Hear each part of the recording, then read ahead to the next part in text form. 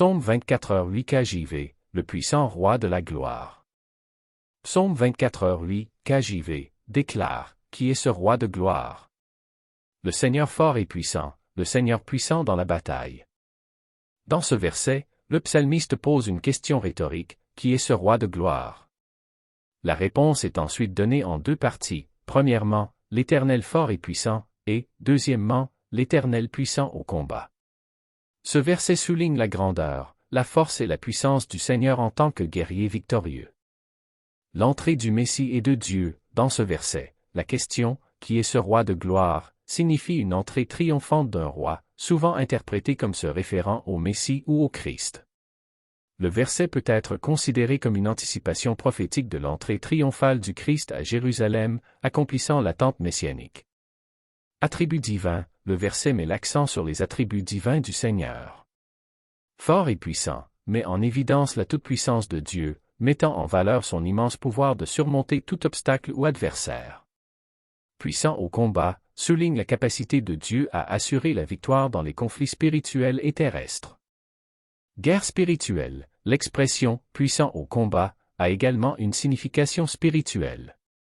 Il symbolise le rôle de Dieu en tant que guerrier luttant contre les batailles spirituelles contre les forces du mal.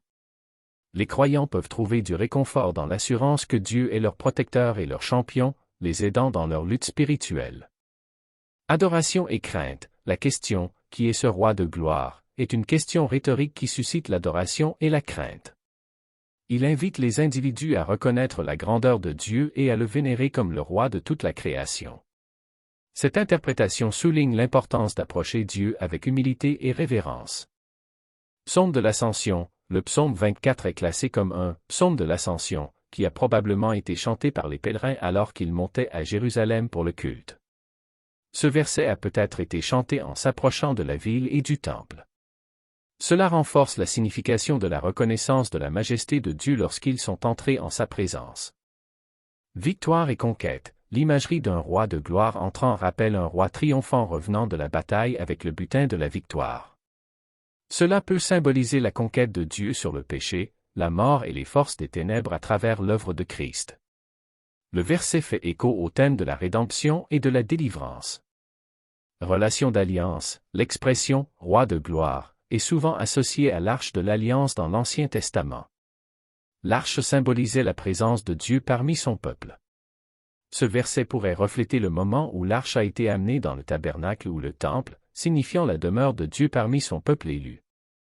En résumé, Psaume 24h8, KJV, encapsulait les thèmes du Messie triomphant, les attributs divins de Dieu, la guerre spirituelle, l'adoration et la révérence due à la présence de Dieu. L'interprétation du verset peut varier en fonction des perspectives théologiques et des contextes historiques, mais elle met constamment l'accent sur la puissance, la victoire et la gloire de Dieu. J'espère que vous êtes bénis. Je vous remercie de votre temps. Aimez, abonnez-vous et partagez.